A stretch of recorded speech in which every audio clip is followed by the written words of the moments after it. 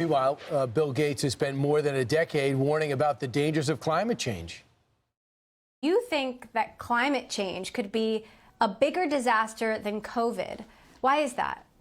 Well, certainly climate change will make entire ecosystems die off.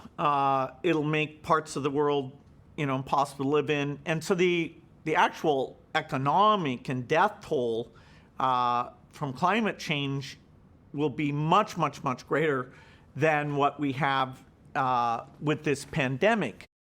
But he's changing his tune now. He's actually rejecting the doomsday narrative in a new memo saying, quote, although climate change will have serious consequences, particularly for people in the poorest countries, it will not lead to humanity's demise. People will be able to live and thrive in most places on Earth for the foreseeable future. So let's bring in the host of our climate change expert Saturday night, our climate change expert, Yeah. comedian Jimmy Failla. Things people don't know. I graduated climate school, and of course, Bill Gates graduated the Gavin Newsom School of Communication. What was going on there? I have no idea. Yeah, it's like climate change is going to kill us. Vertigo is. Just keep looking at my hands. It was bad. What an about-face. And it really gives up the whole entire grift that we always knew it was. It angers me. It drives me crazy because you know this. The movement has not only just changed again, but it changed in name 3 times before we got here. We were going to freeze to death in the 70s. Can you give me some money? We were going to melt in the 80s. Can you give me a couple of bucks? Then they were like, all right, we're not freezing, we're not melting, but the weather changes every day. How about a couple of bucks? Right. When no one gave in anymore, they were like, we're all going to die. And if you don't believe us, here's a 12-year-old Greta Thunberg to guilt you into giving us money. Even she moved on. When the kid that was brought out to guilt us left town, I knew the jig was up, and here we are. I mean, it's unbelievable. Remember this, when we were told the world was going to end. This is the one challenge that could completely end human civilization.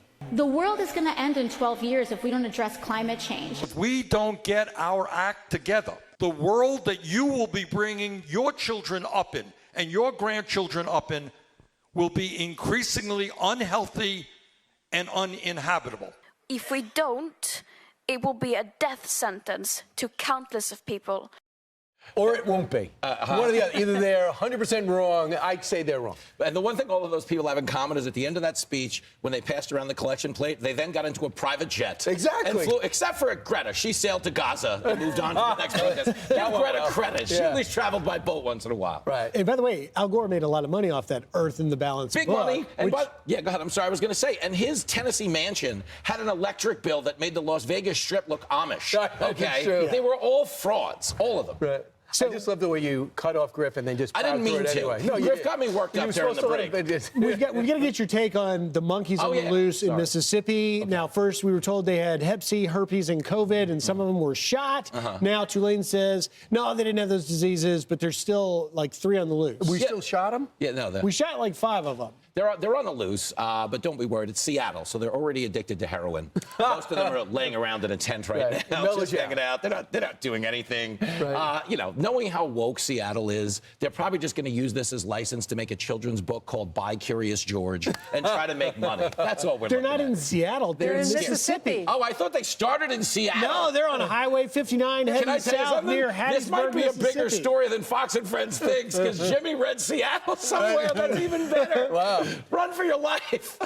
Well, Seahawks are not doing well. They are not good. Mariners are out. So Jimmy, where are you going to appear next? Well, we got a lot going on. I'm going back out on the road once my son's varsity football season is over. The Clark Rams are on the verge of playing in the playoffs this weekend. As you know, I got a lot of money bet on these games. Which is I can't miss them. I can't be doing that. But I'll be out in Pittsburgh November 22nd, San Luis Obispo November 28th, Vegas November 29th. But here's something the world doesn't know. Myself and a guy by the name of Brian Kilmeade are going to Fargo. But I'm going to Pottstown, Pennsylvania before that, November 1st. I want you to wear those boots there.